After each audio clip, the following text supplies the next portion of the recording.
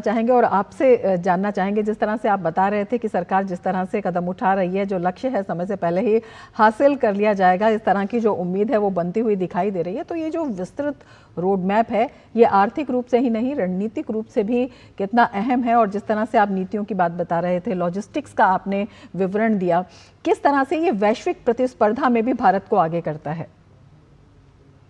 देखिए, सबसे बड़ी बात यह है कि यहाँ पे एनवायरनमेंट वर्सेस डेवलपमेंट का एक ट्रेड ऑफ है। पहले ब्लू इकोनॉमी का जो कॉन्सेप्ट था वो केवल एनवायरनमेंट तक ही रह गया था। अब धीरे धीरे पिछले 10-11 साल में इसको डेवलपमेंट से भी जोड़ दिया गया है। पर development with conservation, with environment protection, ये बहुत ज़रूरी है। क्योंकि हर देश में इस वक्त एनवायरनमेंट से रिलेटेड इंपोर्ट एक्सपोर्ट कंट्रोल भी, नॉन टैरिफ बैरियर्स भी लगाए जा रहे हैं। हमारे यहाँ जो विशेष बात है इस पुश की, जो ये 2047 का आत्मनिर्भर भारत का स्कीम बनाई गई है, इसमें ग्रीनिंग ऑफ द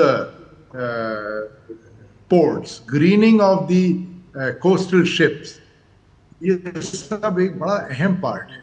और जैसे हाइड्रोजन शिप्स हैं, शिप्स का एक पोल्यूशन भी होता है, उसको रोकने के लिए भी एक इसमें सब शामिल है, पूरे कदम इसमें।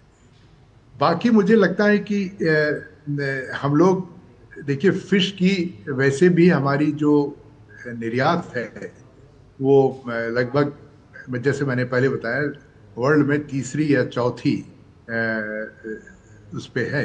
तो वैसे भी बहुत निर्यात हो रहा है।